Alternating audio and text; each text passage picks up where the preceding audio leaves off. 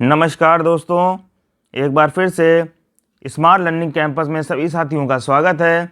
दोस्तों, आज हम लोग बिहार शिक्षक प्राथमिक विद्यालय पद हेतु क्वेश्चंस को लगाएंगे, जिसमें मैथ्स का प्रैक्टिस सेट 1 लगाएंगे और इसमें टॉप 20 जो क्वेश्चंस आने की संभावना है, प्रबल संभावना है, उससे रिलेटेड हम लोग क्वेश्चंस सॉल्व करेंगे। दोस्तों, ये क्वेश्चंस जो हैं 1 से 5 कक्षा तक के आधारित हैं और इसी बेसिस पे आपको क्वेश्चन वहाँ पे देखने को मिलेंगे। तो चलिए आज से मैथ्स का पहला सेट शुरू करते हैं क्वेश्चन नंबर 1 के साथ। क्वेश्चन है, यदि 60/75 के समतुल्य 4/x है तो x का मान क्या होगा। तो 60/75 किसके समतुल्य है, किसके इक्वल है, 4/x। हम लोग 4/x रख देंगे। अब इसको सॉल्व कर देंगे। कैसे सॉल्व करेंगे, जैसे 15 चौको हो जाएगा हमारा 60, 15 पचे 75 हो जाएगा और ये 4 एकम 4, ये 4 से 4 कट जाएगा तो हमारी x की वैल्यू क्या आ जाएगी, x की वैल्यू 5 यानी 5 आ जाएगी। तो हमारा दोस्तों कौन सा ऑप्शन सही हो जाएगा, इसका डी ऑप्शन बिल्कुल सही हो जाएगा। अगला क्वेश्चन दोस्तों देखते हैं। अब देखिए, यदि अंडर रूट, ये पूरा रूट है, 0.0361 into x is equal to 1.9, तब x की वैल्यू क्या होगी। 4 ऑप्शन दिए गए हैं।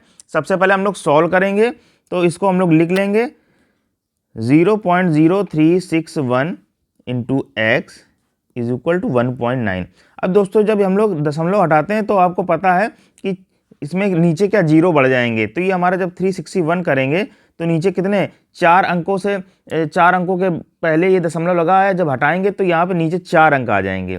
ठीक है ना, यानी तुम्हारा 1 2 3 और ये 4 हो जाएगा। ठीक, ये 10,000 हो जाएगा into x is equal to 1.9। अब इसमें रूट 361 का रूट क्या होता है 19 और 10,000 का कितना होता है 100। ठीक, इज इक्वल टू क्या है, x है, इज इक्वल टू इंटू में x इज इक्वल टू 1.9। ठीक, अब यहाँ पे देखिए क्या करेंगे, यहाँ से पॉइंट हटाएंगे, एक जीरो यहाँ पे लग जाएगा नीचे, ये जीरो से ये जीरो काट देंगे, ये 19 से ये 19 काट देंगे, तो हमारा आंसर क्या आ जाएगा, x इज इक्वल टू 10। तो हमारा कौन सा ऑप्शन दोस्तों सही हो जाएगा, हमारा बी ऑप्शन बिल्कुल सही हो जाएगा। बहुत सिंपल वे में आपको क्वेश्चन बता रहे हैं, कहीं भी आपको दिक्कत ना हो। अगला क्वेश्चन दोस्तों देखते हैं। क्वेश्चन नंबर 3 है, 300 और 500 की बीच संख्या बताइए जो 6, 8, 10, 12 से पूर्ण रूप से विभाजित हो। यानी इन दोनों के बीच में वो संख्या बतानी है, कौन सी होगी जो ये 4 जो हैं नंबर, इनसे वो पूर्ण रूप से विभाजित हो। इस कंडीशन में हम लोग हमेशा क्या करते हैं, इस कंडीशन में लासा निकाल लेते हैं, एलसीएम निकाल लेते हैं। जल्दी से निकाल लीजिए। तो 2 तिहाई 6, 2 चौको 8, 2 पंचे 10, 2 छंग 12, फिर 2 से देंगे तो ये हो जाएगा 3, 2, 5, फिर 3 हो जाएगा, फिर 2 से देंगे, ये 3, ये 1, ये 5 और ये फिर 3 से हो जाएगा, फिर 3 से दे देंगे तो ये 1 हो गया, ये 1 हो गया, ये 5 हो गया, ये 1 हो गया, फिर हम लोग 5 से दे देंगे तो ये 1, 1, 1, ये 1 हो गया। मल्टीप्लाई कर देंगे, 2 दूनी 4, 4 दूनी 8, 8 त्रिक 24, 24 पंचे 120।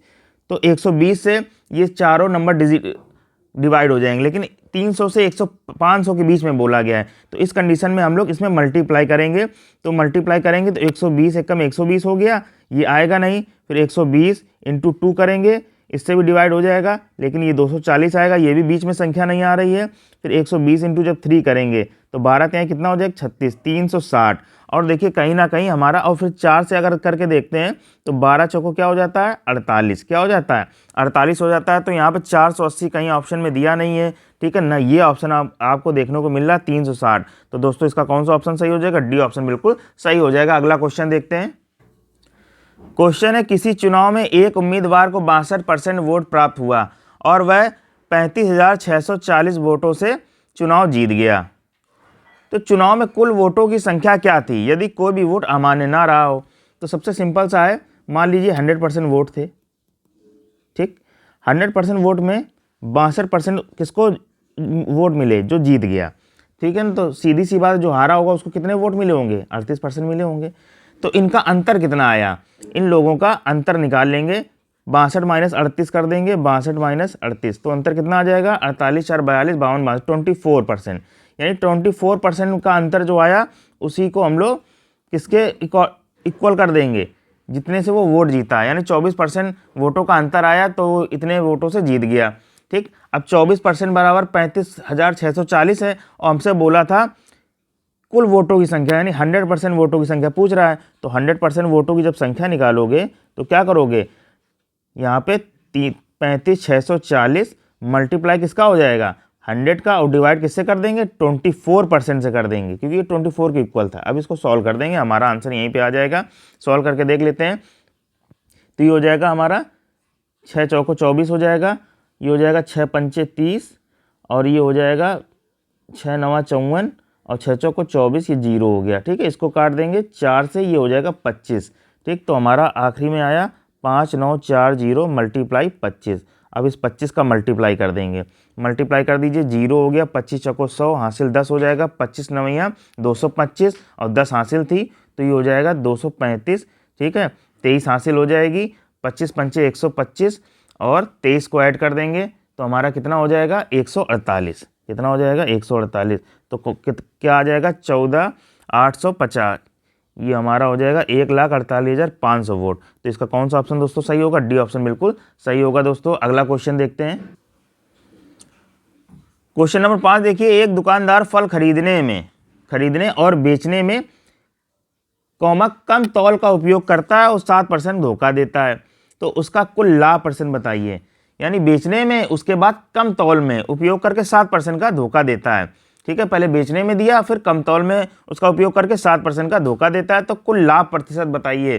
तो उसने इस कंडीशन में क्या करना है, 7% दिया हुआ है कि 7% का धोखा देता है, सिंपल सा है, ये फार्मूला आपको लगा देना, A + B AB अपॉन 100, ये लाभ % आपका निकाल देगा। ठीक, लाभ %। तो इसको कैसे निकालेंगे, यहाँ पे A और बराबर B है, ठीक है ना, ये 7 ही दिया हुआ है। ठीक, तो जहाँ जहाँ है वहाँ पे AB, वहाँ पे 7 रख देना है। तो ये हो जाएगा हमारा 14 प्लस AB, यानी 7 का स्क्वायर कितना हो जाएगा 7 7 49 अपॉन 100। इसको सॉल्व कर देंगे, इसको दशमलव लग जाएगा 0.49। तो ये हमारा क्या आंसर आ जाएगा 14.49% का उसको क्या हुआ लाभ हो जाएगा। लाभ कितना हो जाएगा 14.49% का। तो इसमें कौन सा दोस्तों ऑप्शन सही होगा, बी ऑप्शन इसका बिल्कुल सही होगा। दोस्तों अगला क्वेश्चन देखते हैं। क्वेश्चन नंबर 6 देखिए, मनु के पिग्गी बैंक में 50 पैसे, यानी एक 50 पैसे का, एक 1 रुपए का और एक 2 रुपए का। ठीक, 221 2 रुपए के रूप में कुल 221 रुपए हैं। इनको जोड़ देते हैं तो कितना आ जाता है 221 बन जाता है। ठीक, ये है 50 पैसे यानी 1/2 रुपये, ये 1/2 है, ये 1 रुपये है और ये 2 रुपये है, जिनका अनुपात क्या दिया है 4, 3 और 6 अनुपात दिया हुआ है। पिग्गी बैंक में 50 पैसे वाले सिक्कों की संख्या, यानी ये सिक्के कितने हैं उसके पास ये बताना है। तो इस कंडीशन में क्या करना है, जितने भी हैं अनुपात का मल्टीप्लाई इनके रुपयों से कर देंगे, वो 221 के बराबर आ जाएगा। तो सिंपल से कर देते हैं, 1/2 multiply 4 plus 1 multiply 3 plus 2 multiply 6 बराबर 221। ठीक, और यहाँ पे चूंकि ये अनुपात में दिया है तो इसको हम लोग अनुपातिक मान x मान लेंगे। तो यहाँ पे इसको सॉल्व कर देंगे, 2 दूनी 4, अब ये 2 हो गया, 3 हो गया और 6 दूनी 12 हो गया, 12 और बराबर में क्या हो जाएगा 221। अब इसको सॉल्व कर देंगे, 12 3 15, 15 2 17। तो यहाँ से x की वैल्यू हमारी आ जाएगी 221/17। सॉल्व कर देंगे तो इसको सॉल्व करने के बाद 17 एक कम 17 हो जाएगा और ये 5 यानी 17 × 51, x की वैल्यू आई 13। क्या आई 13। अब ये जो सिक्के थे किस अनुपात में थे 4 अनुपात में थे, तो इसका मल्टीप्लाई किससे कर देंगे 13 का मल्टीप्लाई 4 से कर देंगे, 13 चौको 52, यानी 52 जो सिक्के होंगे वो किसके होंगे दोस्तों, वो 50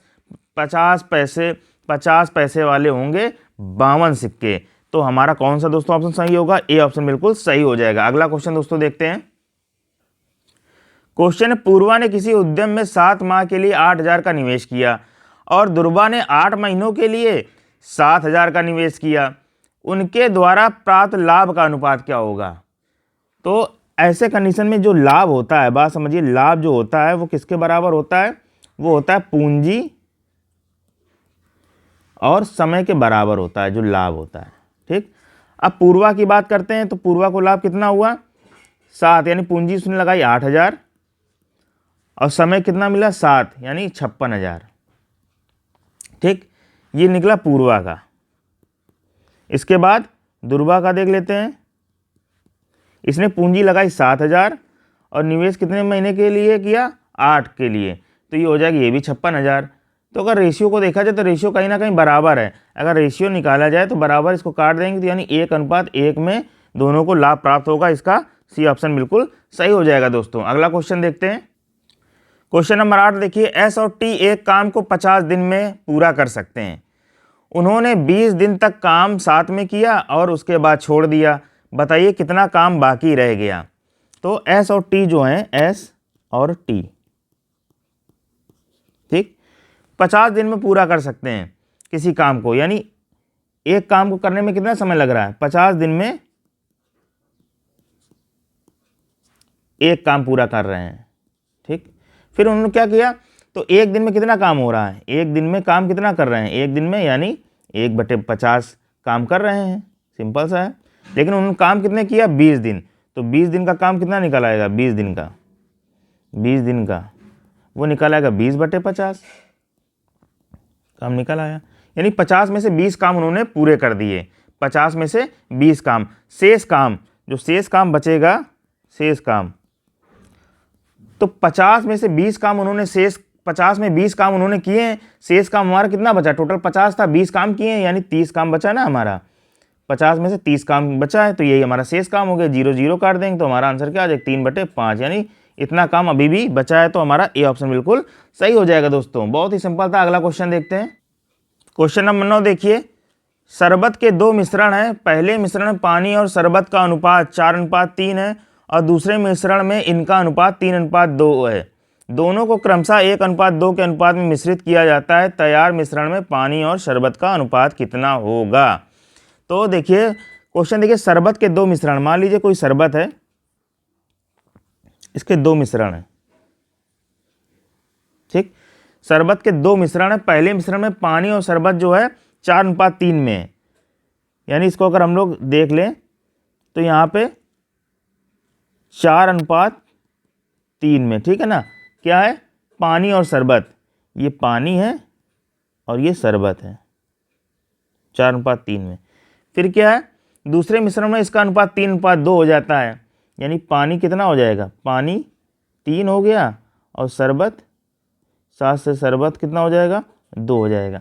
अब क्या किया गया, दोनों को क्रमशः 1:2 के अनुपात में मिश्रित किया जाता है। इनको क्या किया गया, एक बड़े से ग्लास या कुछ भी बोल दीजिए, जग में 1:2 के रेशियो में मिश्रित किया जाता है। तैयार मिश्रण में पानी और शरबत का रेशियो पूछा गया है, शरबत का रेशियो, पानी और शरबत का तैयार जो मिश्रण होगा इसमें, तो क्या हो जाएगा रेशियो, वो पूछा गया है।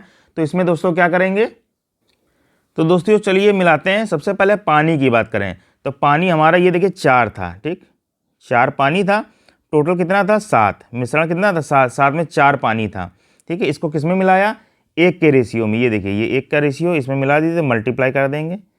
फिर पानी हमारा कितना था 3, कितने में से 3 2 5, 5 में से 3 पानी था, और यहाँ पे देखिए, यहाँ पे जो ये 3 है, थोड़ा सा देखना पड़ेगा इसको, ये जो 3 है 3/5 हमने जो लिखा है, तो यहाँ पे ये समझ में आ गया, 4/7 हो जाएगा, ये पानी था, ठीक है ना। दूसरी कंडीशन में पानी क्या था, पानी हमारा 3 था, कितने में से, टोटल 5 में से, तो 5 में 3 पानी हो गया, ठीक है ना। और कितने रेशियो में मिलाना है, 2 के रेशियो में मिलाना है, तो यहाँ पे 2 हो जाएगा। इसी प्रकार नीचे शरबत की बात कर लेंगे। शरबत हमारा कितना है, 3 शरबत था 7 में से, 7 में से 3 शरबत था, किस रेशियो में, 1 रेशियो में, प्लस, और यहाँ पे सेकंड कंडीशन में मिश्रण कितना था शरबत का, टोटल था 2, कितने में से, 3 2 5 में से, इसको अभी मल्टीप्लाई 2 से कर देंगे। अब इसको हम लोग सॉल्व कर लेते हैं, सॉल्व कर लेंगे, ये हो जाएगा हमारा 4/7 प्लस ये हो जाएगा 6/5, ये 6/5 हो गया। फिर इसके बाद ये हो जाएगा हमारा 3/7 और ये 4/5। अब इसको बस नॉर्मली सॉल्व कर लेना है एलसीएम लेके, तो क्रॉस मल्टीप्लाई कर लेंगे, हमारा एलसीएम निकल आएगा 5 चौको इसको मल्टीप्लाई कर देंगे, 5 चौको 20 प्लस 7 6 42/35 और ये बड़ा सा निशान लगाएंगे बटे का, 5×3 15 और 7 चौको 28/35। इसको सॉल्व कर लेंगे, ये 35 से 35 कट जाएगा, 20 और 42 कितना होता है हमारा 62, और ये 28 15 कितना हो जाएगा 43। तो 62:43 के का रेशियो मिलेगा। कौन सा दोस्तों ऑप्शन सही हो जाएगा? इसका बी ऑप्शन बिल्कुल सही हो जाएगा दोस्तों। ऐसे क्वेश्चन आपको देखने को जरूर मिलेंगे। दोस्तों अगला क्वेश्चन देखते हैं। एक टंकी को 2 पाइपों से भरा जा सकता है, जिसमें से एक पाइप दूसरे की तुलना में 3 गुना तेजी से भर सकता है। यदि दोनों पाइप एक साथ टंकी को 36 मिनट में भर देते हैं तो धीमा पाइप अकेले टंकी को कितने समय में भर देगा? मान लीजिए एक टंकी है, ये टंकी है, ठीक। अब इसमें एक टंकी 2 पाइप भर सकते हैं, यानी एक पाइप ये लगा हुआ है और दूसरा पाइप ये लगा हुआ है, जो कि दूसरे की तुलना में 3 गुना तेजी से भरता है। मान लीजिए दूसरा जो एक पाइप है वो 3 गुना तेजी से भरता है, ये बड़ा पाइप होगा इसलिए 3 गुना, ठीक है ना, भर रहा है, ठीक। तो अब दोनों पाइप भरते हैं तो 36 मिनट का समय लगता है। कितने मिनट का? 36 मिनट का समय लगता है। यानी ये अपनी एक ताकत लगा रहा है, तो ये अपनी कितनी ताकत लगा रहा है? 3 ताकत इसको भरने में लगा रहा है, ठीक। तो यानी कि कहने का मतलब अगर देखा जाए कि ये जो नल है, ये जो नल है और ये जो नल है, तो ये तीन नलों के बराबर है। इसके 3 नल के बराबर है ये अकेले नल। ये वाला जो नल है हमारा, ये वाला, वो नल इस नल के 3 नलों के बराबर है। इतनी बात क्लियर हो गई, ठीक है ना, क्योंकि 3 गुना है ना ये नल, तो ये जितना एक बार भरेगा वो 3 बार में ये भर देगा। तो टोटल ये लोग पावर कितनी लगा रहा है? 4, ठीक है ना, पावर लग रही है तो 36 मिनट लग रहे हैं। 4 यानी नल खुले हैं तो 36 मिनट लग रहे हैं। सिंपल सी बात है। यहाँ पे 3 नल मान लीजिए, इनको 3 गुना है, यानी ये इसके बराबर 3 नल के बराबर है। तो 4 नल खुले हैं तो 36 मिनट लग रहा है। अब क्वेश्चन बोला यदि दोनों पाइपों के साथ, तो धीमा पाइप, इस पाइप की बोला गया कि इसकी कैपेसिटी कितनी होगी इसको भरने की। इसकी कैपेसिटी एक नल की, कुल मिला के एक नल की बात कर रहा है। तो 4 नल भरते हैं 36 मिनट में, तो सिंपल सी बात है, 2 नल कितने में भरेंगे? 72, ज़्यादा टाइम लगाएंगे, 72 मिनट में भरेंगे।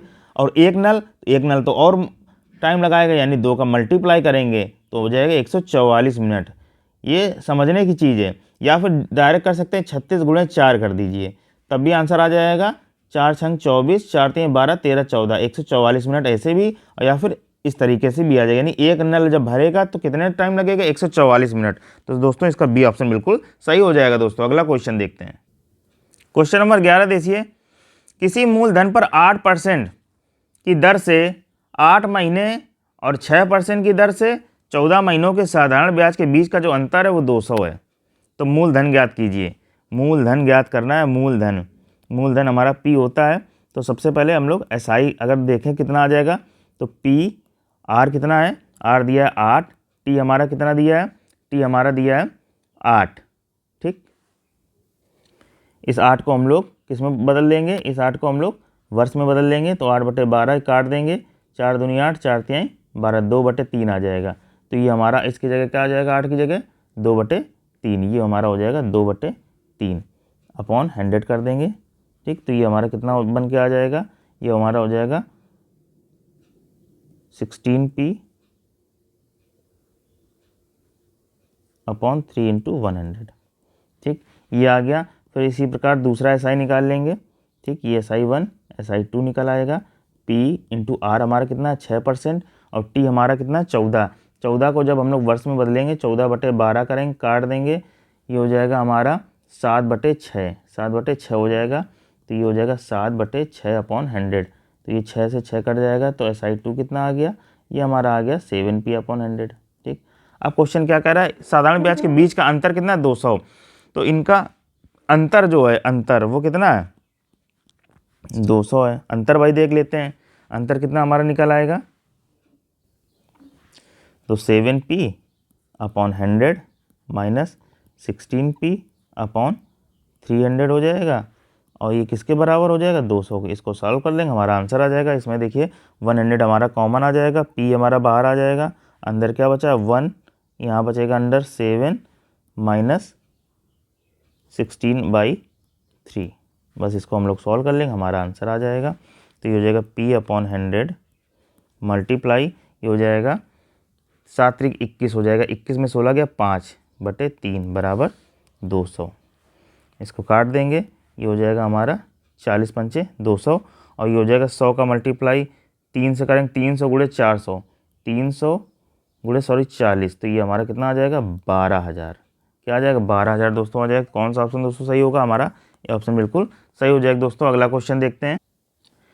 एक बस कुछ दूरी एक निश्चित गति से तय करती है। यदि एक व्यक्ति उस दूरी का 1/3 भाग 3 गुना समय में तय करता है तो व्यक्ति की गति का बस की गति से अनुपात ज्ञात कीजिए। देखिए, मान लीजिए कोई ये डिस्टेंस है, ये 0 से शुरू हुई, ये 1, ये 2 और ये 3। ठीक, अब देखिए, एक बस कुछ दूरी एक निश्चित गति समय तय करती है और तय करती है, ठीक है, तय करती है, ये बस चल रही है, तय करती है, फिर उसी दूरी का 1/3 भाग, तो टोटल 3 है, 3 का ये 1/3 भाग हुआ, ये हुआ 1/3 भाग, ये हमारा 1/3 भाग हुआ, 1/3 भाग पूरे का। ठीक, कितने समय में? 3 गुना समय लेता है, इतना डिस्टेंस कवर करने में 3 गुना समय लेता है। तो व्यक्ति की गति पूछा गया है, तो व्यक्ति की गति कितनी होगी? यहाँ पे 3 गुना समय ले रहा है, फिर यहाँ पे इसको कवर करेगा, फिर यहाँ पे 3 गुना समय लेगा, ठीक, और यहाँ पे भी 3 समय लेगा, ठीक है ना, ये भी 3 समय लेगा, तो टोटल उसने कितना समय लिया? 9 समय। कितना लिया? 9। तो पूछा है गति किसकी? व्यक्ति की गति का बस की गति। व्यक्ति की गति कितनी होगी? व्यक्ति की गति यानी 1 होगी और बस की गति 9 होगी, 1:9, क्योंकि समय ज़्यादा ले रहा है, ठीक है ना, समय ज़्यादा ले रहा है, इसलिए इसकी गति धीमे होगी, और व्यक्ति की गति 1 होगी और बस की गति 9 होगी। तो कौन सा ऑप्शन दोस्तों सही हो जाएगा? सी ऑप्शन बिल्कुल इसका सही हो जाएगा। अगला क्वेश्चन देखते हैं। 2 ट्रेनों की गतियों का अनुपात दे दिया है 4:5 है। यदि दूसरी ट्रेन जो है 8 घंटे में 800 किलोमीटर की दूरी तय करे तो पहली ट्रेन की गति क्या है? मान लीजिए 2 ट्रेनें हैं, दोनों की स्पीड दे दी गई, 4:5 की स्पीड से चलती हैं। अब ये जो दूसरी वाली ट्रेन है उसकी दे दिया गया कि 8 घंटे में कितना कवर करती है? 800 किलोमीटर। 8 घंटे में 800 किलोमीटर। तो यहाँ से हम लोग उसकी चाल निकाल लेंगे। क्या निकाल लेंगे? चाल। चाल का फार्मूला क्या होता है? दूरी बटे समय। दूरी बटे समय। तो चाल, उसकी दूरी कितनी थी? 800, समय कितना ले रहा? 8। इसको सॉल्व कर देंगे तो हमारी उसकी क्या आ गई? चाल। ये चाल आ गई। अब ये जो चाल आई तो ये 5 के रेशियो में है। 4 का चाल जो है 5 के रेशियो में, तो इसको जब डिवाइड करेंगे 5 से तो आ जाएगा 20। ये हमारा क्या आ गया? 20। ये अनुपातिक रेशियो हो गया, इसका मल्टीप्लाई 4 से कर देंगे तो 20 चौको 80, 20 चौको हो जाएगा 80 किलोमीटर प्रति घंटे। तो ये पहले वाली जो ट्रेन है उसकी रफ्तार कितनी है? डी ऑप्शन इसका बिल्कुल सही होगा, 80 किलोमीटर प्रति घंटा। अगला क्वेश्चन दोस्तों देखते हैं। क्वेश्चन है, एक नाव धारा की दिशा में एक निश्चित दूरी को 4 घंटे में तय कर लेती है, लेकिन शुरुआती बिंदु पर लौटने में 6 घंटे का समय लेती है। धारा की चाल और शांत जल में नाव की चाल का अनुपात क्या है? दोस्तों इसको देखिए, एक नाव धारा की दिशा में, जैसे मान लीजिए ये कोई नदी है, ठीक है, धारा की दिशा यहाँ पे है, ठीक है, धारा इस साइड है और नाव भी इसी साइड चल रही है, ये भी नाव है, तो समय कितना लगता है? 4 घंटे। 4 घंटे लगता है, ठीक। सेम कंडीशन दूसरी है, इसमें धारा विपरीत है। अब धारा क्या है? विपरीत है, और नाव अभी उसी डायरेक्शन में है, तो समय सीधी सी बात है ज़्यादा लगेगा, तो 6 घंटे लग गया। तो धारा की और शांत जल में नाव की चाल क्या होगी? तो सिंपल सा है, इसमें दोनों कंडीशन में डिस्टेंस दोनों की बराबर होगी। पहली बात तो d1 बराबर d2 होगा। अब यहाँ पे देखिए, जब डिस्टेंस बराबर होगा, मान लीजिए धारा जो है वो a है और नाव जो थी, नाव की चाल वो b थी, ठीक। तो कुल चाल इसकी कितनी थी? a प्लस b थी। a प्लस b थी, कुल चाल कितनी थी? a प्लस b थी। और दूरी, तो दूरी कितनी हो जाएगी? दूरी कितनी हो जाएगी? दूरी का फार्मूला क्या होता है? समय गुणे चाल, 4a प्लस b, ये दूरी हो जाएगी। तो यहाँ पर रख देंगे 4a प्लस b। इस प्रकार इसकी दूरी कितनी हो जाएगी? 6 और a माइनस b हो जाएगी। बी माइनस सॉरी है, क्योंकि यहाँ पे 9 को हमने बी माना है, तो बी माइनस ए हो जाएगी। ठीक, अब इसको सॉल्व कर देंगे, वही हमारा आंसर आ जाएगा। इसको सॉल्व कर देंगे, ये हो जाएगा हमारा 4a प्लस 4b और 6b माइनस 6a। इसको सॉल्व कर देंगे तो ये हमारा कितना हो जाएगा, 6 4 10a और ये हमारा हो जाएगा 2b। इसको काट देंगे तो 5a is equal to B आ गया। इसको a अपॉन रेशियो b के रेशियो में अगर निकाल लें तो कितना हमारा आ जाएगा, तो हमारा आ जाएगा 1:5। ठीक, तो यानी a को क्या माना था, धारा की चाल, और नाव की चाल b माना था। तो इसमें बोला गया है जल में धारा की चाल और शांत जल में नाव की चाल। तो धारा की चाल 1 है और शांत जल में 5, ठीक है ना, नाव की चाल। तो इसका ए ऑप्शन बिल्कुल दोस्तों सही हो जाएगा। अगला क्वेश्चन देखते हैं।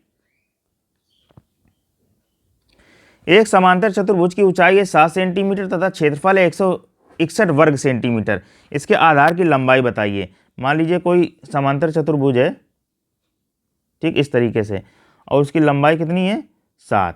कितनी है, 7। तो आधार पूछा गया, इसके आधार की लंबाई।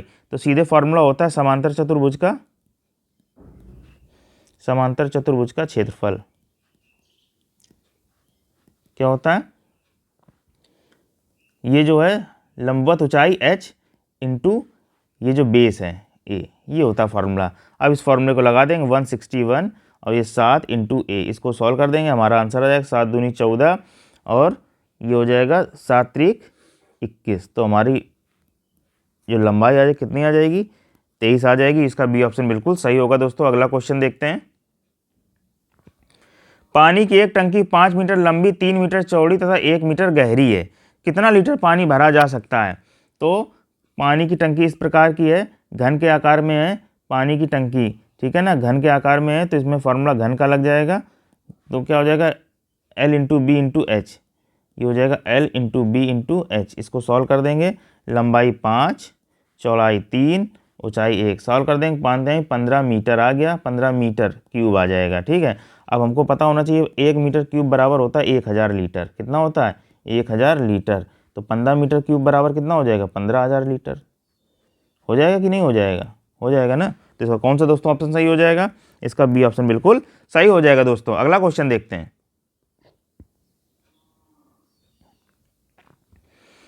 एक 8 मीटर और 4.5 मीटर की दीवार की रोगन की लागत 4500 रुपये, तो प्रति वर्ग की लागत ज्ञात करिए। यानी दीवार की रोगन की लागत है 4500।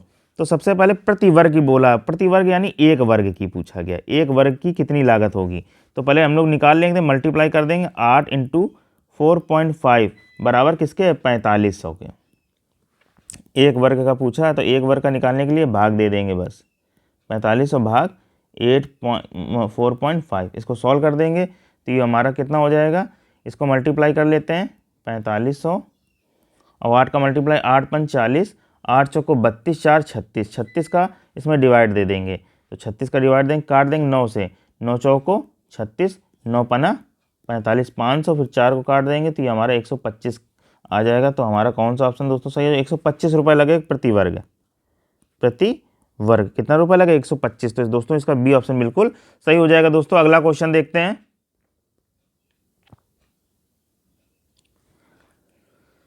क्वेश्चन है 27x³ minus 9x² plus 3x minus 8 को 3x प्लस 2 से विभाजित करने पर शेषफल क्या प्राप्त होगा। शेषफल क्या प्राप्त होगा दोस्तों, ये दिया हुआ है, इसको 0 के इक्वल कर लेंगे हम लोग। तो x इज इक्वल टू -2/3 आ जाएगा। अब यही वैल्यू हम लोग जहाँ जहाँ x है वहाँ रख देंगे, हमारा आंसर आपके समकक्ष होगा। देखिए 27x³ x³ का मतलब है x का क्यूब कर दीजिए, 2 का क्यूब हो जाएगा -8 और 3 का क्यूब कितना हो जाएगा 27। ठीक, फिर माइनस से माइनस लगाइए, 9 है, 9 लिखिए, x² में जो माइनस का प्लस हो जाता है, तो 2 का स्क्वायर 4 और ये हो जाएगा 9। फिर प्लस 3, फिर x की जगह रखिए -2/3 और -8। इसको सॉल्व कर देंगे, ये 27 कट गया, आ गया -8, 9 से 9 कट गया, आ गया -4, ये 3 से 3 कट जाएगा, प्लस माइनस माइनस और -8। इसको हम लोग सॉल्व कर देंगे, 8 4 12, 12 13 14, 14 8 22, माइनस के सारे हैं तो -22 आंसर आ जाएगा। दोस्तों कौन सा ऑप्शन सही होगा, इसका ये ऑप्शन बिल्कुल सही होगा। अगला क्वेश्चन दोस्तों देखते हैं। X square plus 6x plus 8 के गुणनखंड ज्ञात कीजिए।